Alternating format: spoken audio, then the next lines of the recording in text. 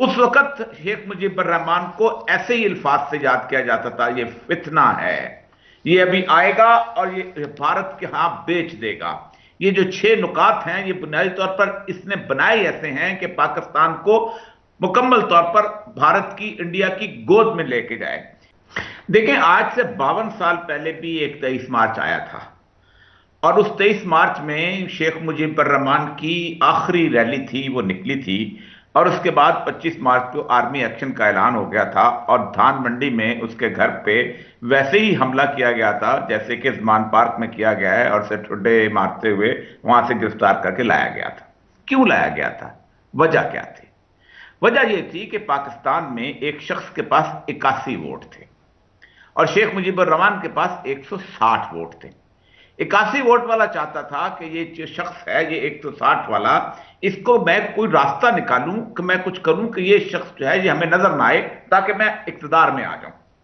आप हैरान होंगे कि उस वक्त पाकिस्तान में जो उर्दू प्रेस था वो या उस वक्त उस शख्स के पास था जिसके पास 81 वोट थे, जो इसका नाम जुल्फकार अली भुट्टो था, या उस वक्त की एस्टेब्लिशमेंट के पास था जो याह्या खान की थी।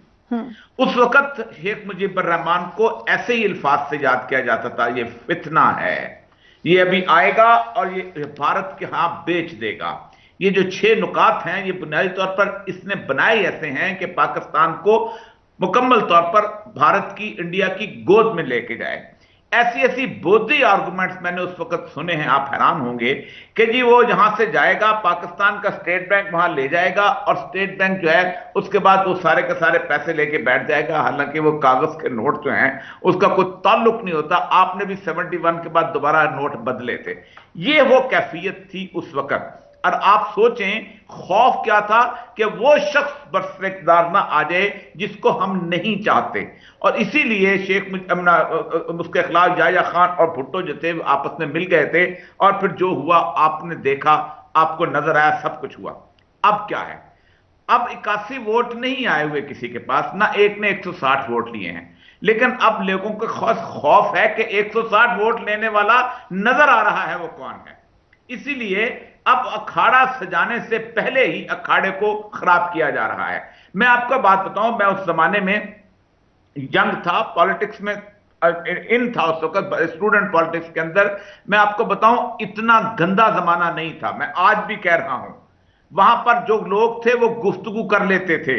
ये लाहौर शहर, हालांकि बहुत बुरी हालात पैदा कर दिए गए थे प्रोपेगेंडा में। इस लाहौर शहर में एक होती थी अंजमन जमहूरियत पसंद खवातीन, उसकी तारा मजली सदर होती थी। उन्होंने एक और साहबा थी तारा शमीम, पता नहीं क्या नाम था, वो और कुछ औरतों ने जुलूस निकाला था।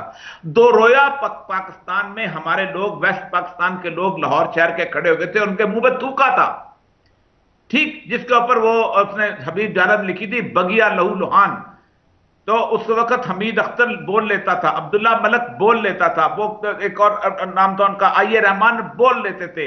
ये वो साफी थे कि जिनके बारे में पीपल्स पार्टी में खर था, जब उसने गवर्नर लगा था तो उसने बैनर लगाए थे कि सहाफत के 3 शैतान अब्दुल्ला मलक और रहमान और रहमान, हमीद अख्तर और रहमान। आप सोचें, उसके बावजूद भी अरशद शरीफ का कत्ल नहीं हुआ था। तो आप ये कह रहे हैं कि आज हालात उससे भी बुरे हैं? खुदा ना खास्ता। ज्यादा बुरे हैं, बहुत ज्यादा बुरे हैं। यहां पर किसी साफी को मुल्क छोड़ना नहीं पड़ा था याह्या खान के जमाने में। उस जमाने के अंदर अरशद शरीफ जो था वो उसकी तरह कोई शख्स वहां जाके बाहर नहीं कत्ल हुआ था। यहां पर यह नहीं हुआ था कि रातों को लोगों को उठाया जाए पर उनका पता ना चले। 71 के अंदर यह नहीं हुआ था वेस्ट पाकिस्तान के अंदर। मैं आज भी कहता हूं, हम जहां थे हमें पता है। मसला पता है क्या है? उस वक्त याह्या खान बरइख्तियार था। इस मुल्क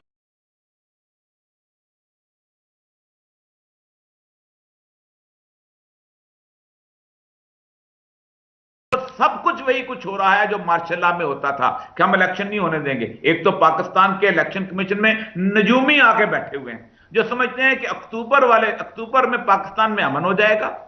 अचानक पाकिस्तान के अंदर तेल निकल आएगा, अचानक पाकिस्तान के अंदर इकोनॉमिक हालात शानदार हो जाएंगे और हम अक्टूबर को इलेक्शन कर लेते हैं। चले हम दुआ करते हैं हो ही जाए आखिरकार। दुआ तो कर सकते हैं हम, बी ऑप्टिमिस्टिक, बट बड़ी खतरनाक बातें की आमिर मकबूल जान साहब ने। आमिर